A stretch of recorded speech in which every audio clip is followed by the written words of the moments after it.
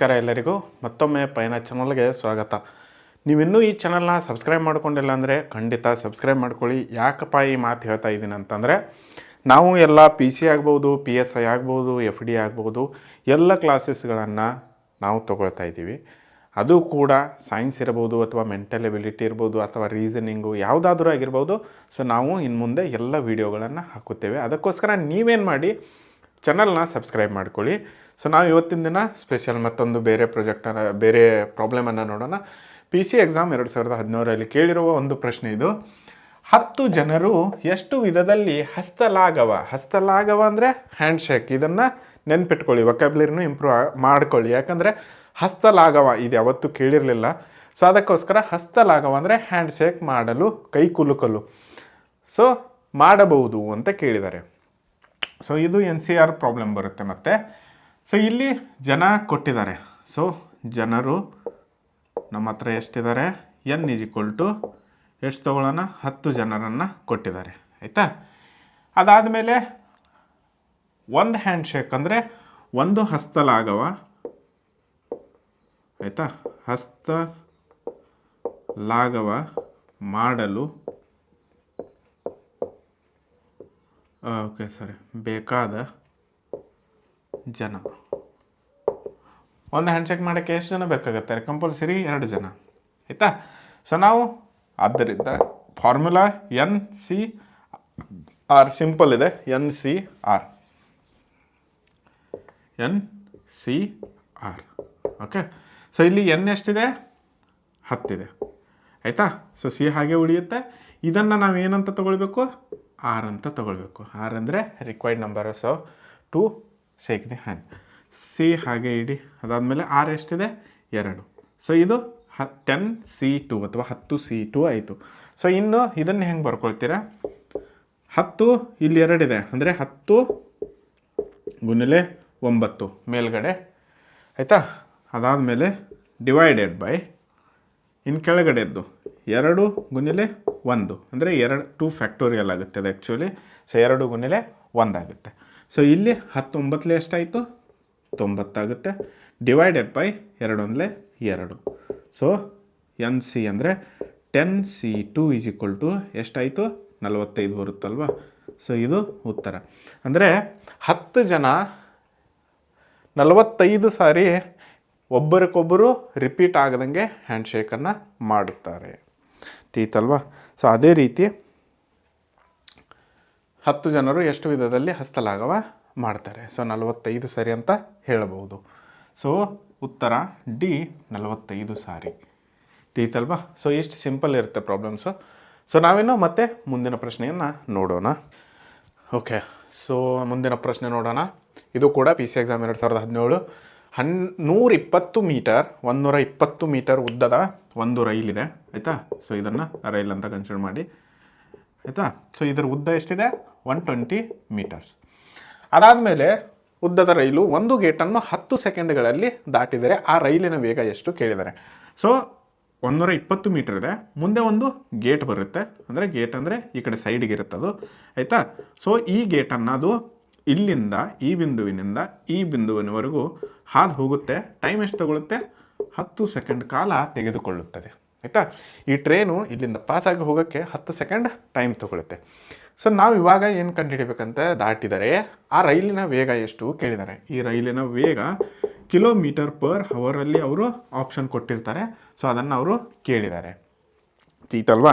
So ನಾವು ಇನ್ನೇನು ಮಾಡಬೇಕಪ್ಪ ಅಂತಂದರೆ, ಇನ್ನು TDS. ಸೊ ನಾನು TDS ಬಗ್ಗೆ ಒಂದು ಫುಲ್ ವಿಡಿಯೋ ಮಾಡಿದ್ದೀನಿ. ಅದನ್ನು ಒಂದು ಸರಿ ನೋಡಿ, ಎಲ್ಲ ತಿಳಿದು ಹೋಗುತ್ತೆ. Time, distance, speed. ಆಯಿತಾ. ಸೊ ನಮಗೆ ಇಲ್ಲೇನು ಕೇಳಿದ್ದಾರೆ? ಆ ರೈಲಿನ ವೇಗ ಎಷ್ಟು. ಸ್ಪೀಡ್ ಕೇಳಿದ್ದಾರೆ. ಸ್ಪೀಡ್ ಯಾವುದರಲ್ಲಿರುತ್ತೆ? ಸೆಕೆಂಡ್ಸ್/ಮೀಟರ್ ಅಥವಾ ಸ್ಪೀಡು km/h ಇರುತ್ತೆ. ಅಂದರೆ ಮೀಟರ್/ಸೆಕೆಂಡಲ್ಲಿ ತೊಗೊಳ್ಳೋಣ. ಸೊ ಇದು ಫಾರ್ಮ್ ಮಾಡೋಕ್ಕೆ ಮೀಟರ್/ಸೆಕೆಂಡಲ್ಲಿ ತೊಗೊಳ್ಬೇಕು. ಆಯಿತಾ. ಸ್ಪೀಡ್ ಕಂಡುಹಿಡಿಯೋಕ್ಕೆ ಮೀಟರಲ್ಲಿ ಯಾವುದಿರುತ್ತೆ? ಯಾವಾಗಲೂ ಡಿಸ್ಟನ್ಸ್ ಮೀಟರಲ್ಲಿರುತ್ತೆ, ಸ್ಪೀಡ್ ಮೀಟರ್/ಸೆಕೆಂಡಲ್ಲಿರುತ್ತೆ, ಟೈಮ್ ಅದರಲ್ಲಿರುತ್ತೆ, ಸೆಕೆಂಡಲ್ಲಿರುತ್ತೆ. ಸೊ ನಮಗೆ ಮೇಲ್ಗಡೆ ಯಾವುದು ಬರಬೇಕು? ಇವಾಗ ಮೀಟರ್ ಬರಬೇಕು. ಮೀಟರ್ ಅಂದರೆ ಡಿಸ್ಟನ್ಸು. ಸೊ D ಮೇಲ್ಗಡೆ ಬಂತು. ಡಿವೈಡೆಡ್ ಬೈ ಸೆಕೆಂಡ್ಸ್ ಕೆಳಗಡೆ ಇದೆ, ಸೆಕೆಂಡ್ಸ್ ಯಾವುದರಲ್ಲಿದೆ? T, time. So speed is equal to distance divided by time. So ಈ TDS ಒಂದು ವಿಡಿಯೋ ಮಾಡಿದ್ದೀನಿ, ಅದನ್ನು ನೀವು ಎಲ್ಲರೂ ಖಂಡಿತ ನೋಡಿ, ಎಲ್ಲ ಕ್ಲಿಯರ್ ಆಗುತ್ತೆ. ಇಷ್ಟೇ, ಇನ್ನು ಬಾಕಿ ಏನಿಲ್ಲ. So S is equal to speed is equal to distance ಕೊಟ್ಟಿದ್ದಾರೆ 120 metre, okay, divided by time ಎಷ್ಟು ಕೊಟ್ಟಿದ್ದಾರೆ? 10 ಸೆಕೆಂಡ್ಸ್ ಕೊಟ್ಟಿದ್ದಾರೆ, ಆಯಿತಾ? So S is equal to 10 ಒಂದಲೇ 10 12, ಸೊ 12 ಮೀಟರ್ ಪರ್ ಸೆಕೆಂಡ್ ಬಂತು. ಸೊ ಇವಾಗ ಇದು ಮೀಟರ್ ಪರ್ ಸೆಕೆಂಡಲ್ಲಿದೆ. ಸೊ ನಾವು ಇದನ್ನು ಮತ್ತೆ ಕಿಲೋಮೀಟರ್ ಪರ್ ಹವರ್ನಲ್ಲಿ ಕನ್ವರ್ಟ್ ಮಾಡಬೇಕು. ಸೊ ನಾನೊಂದು ಸಿಂಪಲ್ ಹೇಳ್ತೀನಿ. ಇವಾಗ ಇದನ್ನೇ ಇಲ್ಲೇ ನೋಡ್ಕೊಳ್ಳಿ, ಇದು ತುಂಬ ಇಂಪಾರ್ಟೆಂಟ್ ಆ್ಯಕ್ಚುಲಿ. ಸೊ ನಾನು ಇಲ್ಲೊಂದು ಬ್ರ್ಯಾಕೆಟ್ ಹಾಕ್ತೀನಿ. ಇವಾಗ ಮೀಟರ್ ಪರ್ ಸೆಕೆಂಡ್ ಇದ್ದಿದ್ದನ್ನು, ಆಯಿತಾ, ಕಿಲೋಮೀಟರ್ ಪರ್ ಹವರ್ ಮಾಡಬೇಕಾದ್ರೆ ಏನು ಮಾಡಿ ಅಂತಂದರೆ ಇದನ್ನಕ್ಕೆ 18 ಡಿವೈಡೆಡ್ ಬೈ 5 ಸ್ಟ್ಯಾಂಡರ್ಡ್ ಇದೆ ಇದು. ಸೊ ಈ ಸಂಖ್ಯೆಗೆ ಈ ಸಂಖ್ಯೆಯಿಂದ ಗುಣಿಸಿದರೆ ನಮಗೆ ಉತ್ತರ ಕಿಲೋಮೀಟರ್ ಪರ್ ಹವರ್ನಲ್ಲಿ ಬರುತ್ತೆ. ಅದೇ ರೀತಿ ಇದನ್ನು ನೆನ್ಪಿಟ್ಕೊಳ್ಳಿ, 18 ಡಿವೈಡೆಡ್ ಬೈ 5 ಅಂದರೆ ನಾನು ನಿಮಗೆ ಮುಂದೆ ಹೇಳ್ತೀನಿ ಅದನ್ನು ಕೂಡ. ಸೊ ಕಿಲೋಮೀಟರ್ ಪರ್ ಹವರ್ನಿಂದ, ಆಯಿತಾ, ಮೀಟರ್ ಪರ್ ಸೆಕೆಂಡ್ಗೆ ಮಾಡೋದಿದ್ರೆ ಕಿಲೋಮೀಟರ್ ಪರ್ ಹವರ್ಗೆ 5 ಡಿವೈಡೆಡ್ ಬೈ 18ರಿಂದ ಮಲ್ಟಿಪ್ಲಿಕೇಶನ್ ಮಾಡಿ. ಸೊ ನಿಮಗೆ ಉತ್ತರ ಮೀಟರ್ ಪರ್ ಸೆಕೆಂಡಲ್ಲಿ ಬರುತ್ತೆ. ಸೊ ನಮಗಿಲ್ಲಿ ಮೀಟರ್ ಪರ್ ಸೆಕೆಂಡ್ ಇದೆ ಆಲ್ರೆಡಿ. ಸೊ ನಾವಿನ್ನೇನು ಮಾಡಬೇಕು? 18/5 ಗುಣಾಕಾರ ಮಾಡಬೇಕು. So S is equal to 12 ಗುಣಿಲೆ 18 ಡಿವೈಡೆಡ್ ಬೈ 5, ಆಯಿತಾ? S is equal to, so ಇದು ಎಲ್ಲಿ ಯಾವುದು ಭಾಗ ಹೋಗಲ್ಲ. ಸೊ 12 15ಲೇನೆ ಮಾಡಬೇಕು ನಾವು, ಆಯಿತಾ? 12 ಗುಣಿಲೆ 18. ಸೊ ಇದ್ರ ಉತ್ತರ ಹೇಳಿರ್ತೀನಿ ನಾನು, 43.2 ಬರುತ್ತೆ, ಆಯಿತಾ? 5 ಕರೆಕ್ಟಾ? 43.2 ಕಿಲೋಮೀಟರ್ ಪರ್ ಹವರ್ ಬರುತ್ತೆ. ಇಷ್ಟೇ ಆನ್ಸರು. ಸೊ ಇಲ್ಲಿ ಎಸ್ ಇದು ಸ್ಪೀಡ್ ಬಂತು. ಸೊ ನಮಗೇನು ಕೇಳಿದ್ದಾರೆ? ಇಲ್ಲಿನ ವೇಗ ಎಷ್ಟು? ಸೊ ಇಲ್ಲಿ ವೇಗ ಇಷ್ಟು ಬರುತ್ತೆ. ಸೊ ಅದಕ್ಕಾಗಿ ನಾನೇನು ಹೇಳ್ತಾ ಇದ್ದೀನಿ, 18 ಹತ್ತಲೆ ಅಂದರೆ ಇಲ್ಲಿ ಮಾಡೋಣ, 18 ಹತ್ತಲೆ 180 ಪ್ಲಸ್ 18 ಎರಡಲೆ 36, ಆಯಿತಾ? 6 ಉಳಿತು, 8 1 3 ಎಷ್ಟು? 11 ಬರುತ್ತೆ. 11 ಇಲ್ಲೊಂದು ಹೋಯ್ತು 2, 216 ಡಿವೈಡೆಡ್ ಬೈ 5 ಬಂತಾ? 216 ಡಿವೈಡೆಡ್ ಬೈ 5, 216 ಭಾಗಾಕಾರ ಭಾಗಿಲೆ 5 ಮಾಡ್ಕೊಳ್ಳಿ, 5, ಆಯಿತಾ? 5 4ಲೆ 20 ಬಂತು, 0 ಉಳಿತು 1, ಇದು 16 ಕೆಳಗಡೆ, 5 3ಲೆ 15, 0 ಉಳಿತು 1 ಕೆಳಗಡೆ ಬಂತು, 1 ಪಾಯಿಂಟ್ ತೊಗೊಳ್ಳಿ 0, 5 2ಲೆ 10, 0 0 ಬಂತಲ್ಲ ಆನ್ಸರು. ಸೊ ಇದು ಕರೆಕ್ಟಾದ ಆನ್ಸರ್ 43.2 ಎಕ್ಸಾಕ್ಟ್ಲಿ ಈ ಆನ್ಸರ್ ಬರುತ್ತೆ. ತೀತಲ್ವಾ? ಬಟ್ ಇನ್ನೇನು, ನೀವು ಒಂದು ಸ್ವಲ್ಪ ಮಲ್ಟಿಪ್ಲಿಕೇಶನ್ ಟೇಬಲನ್ನು ಒಂದು ಸ್ವಲ್ಪ ಹೇಗಾದರೂ ಮಾಡಿ ಅದನ್ನು ನೀವು ಬಾಯಾಟ ಮಾಡಿರಿ ಅಥವಾ ಮೆಮೊರೈಸ್ ಮಾಡಿರಿ ಅಥವಾ ಏನೇ ಮಾಡಿರಿ. ಸೊ ಮಲ್ಟಿಪ್ಲಿಕೇಶನ್ನು, ಎಡಿಷನ್ನು, ಸಬ್ಸ್ಟ್ರಾಕ್ಷನು ಒಂದು ಸ್ವಲ್ಪ ಫಾಸ್ಟಾಗಿದ್ದರೆ ಸೊ ನಿಮ್ಮ ಪೇಪರ್ ಈಸಿಲಿ ಕವರ್ ಆಗಿ ಹೋಗುತ್ತೆ. ಸೊ ತಿಳಿತಲ್ವಾ? ಸೊ ನಾವು ಮತ್ತೆ ಮುಂದಿನ ಪ್ರಶ್ನೆಯನ್ನು ಮತ್ತೆ ನೋಡೋಣ. ಮುಂದಿನ ಪ್ರಶ್ನೆ ಇದು ಕೂಡ 2017ರಲ್ಲಿ ಕೇಳಿರೋದು. 20 ವರ್ಷಗಳ ಹಿಂದೆ ನನ್ನ ವಯಸ್ಸು ನನ್ನ ಇವತ್ತಿನ ವಯಸ್ಸಿನ 1/3 ಭಾಗವಾಗಿತ್ತು. ಹಾಗಾದರೆ ಈಗಿನ ವಯಸ್ಸು ಎಷ್ಟು? ಸೊ ಇಲ್ಲಿ ಸಿಂಪಲ್ಲಾಗಿ ನೋಡೋಣ ಮೊದಲು ಏನೇನು ಕೊಟ್ಟಿದ್ದಾರೆ, ಆಮೇಲೆ ಆಪ್ಷನ್ಸು ಕೊಟ್ಟಿದ್ದಾರೆ. A 28, B 30, C 26, D 16. So options change ಆಗಿರ್ಬೋದು, ಆದರೆ ಉತ್ತರ ಮಾತ್ರ ಕರೆಕ್ಟ್ ಇರುತ್ತೆ. ಸೊ ಇಲ್ಲಿ ನೋಡಿ 20 ವರ್ಷ ಒಂದು ಕೊಟ್ಟಿದ್ದಾರೆ, 20 ವರ್ಷದ ಹಿಂದೆ ಕೇಳಿದ್ದಾರೆ. ನನ್ನ ಇವತ್ತಿನ ವಯಸ್ಸಿನ 1/3 ಭಾಗವಾಗಿತ್ತು. ಹಾಗಾದರೆ ನನ್ನ ಈಗಿನ ವಯಸ್ಸು ಎಷ್ಟು ಅಂತ ಕೇಳಿದ್ದಾರೆ, ಆಯಿತಾ?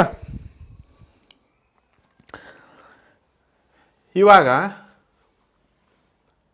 20 ವರ್ಷಗಳ ಹಿಂದೆ ನನ್ನ ಇವತ್ತಿನ ವಯಸ್ಸಿನ 1/3 ಭಾಗವಾಗಿತ್ತು ಅಂದರೆ ನಾವು ಇವಾಗ ತಗೊಳ್ಳೋಣ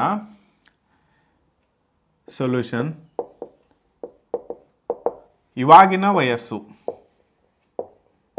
ಅಂದರೆ ಇವಾಗ ಸದ್ಯ ಪ್ರೆಸೆಂಟ್ ನಡೀತಾ ಇರೋ ವಯಸ್ಸು ಎಷ್ಟಿದೆ? ಕೊಟ್ಟಿಲ್ಲ ಅವರು, ಎಕ್ಸ್ ಅಂತ ತೊಗೊಳ್ಬೇಕು ಮೊದಲು. ಎಕ್ಸ್ ಅಂತ ಯಾಕೆ ತೊಗೊಳ್ಬೇಕು ನಮಗೆ ಗೊತ್ತಿಲ್ಲ ಅದು, ಆಯಿತಾ. ಸೊ 20 ವರ್ಷಗಳ ಹಿಂದೆ ನಿಮ್ಮ ವಯಸ್ಸು ಎಷ್ಟಿತ್ತು ಹಾಗಾದರೆ? 20 ವರ್ಷಗಳ ಹಿಂದೆ ಇದ್ದ ವಯಸ್ಸು ಅಂದರೆ ಇವಾಗ ನಿಮ್ಮ ವಯಸ್ಸು ಎಕ್ಸ್ ಇದೆ, ಎಕ್ಸ್ ಮೈನಸ್ 20 ಮೈನಸ್ ಮಾಡಿ, ಎಕ್ಸ್ ಮೈನಸ್ 20. ಅವರು ಮತ್ತೊಂದು ಏನು ಹೇಳ್ತಾ ಇದ್ದಾರೆ, 20 ವರ್ಷಗಳ ಹಿಂದೆ ನನ್ನ ಇವತ್ತಿನ ವಯಸ್ಸಿನ 1/3 ಭಾಗ ಅಂತ ಹೇಳ್ತಾ ಇದ್ದಾರೆ, ಆಯಿತಾ.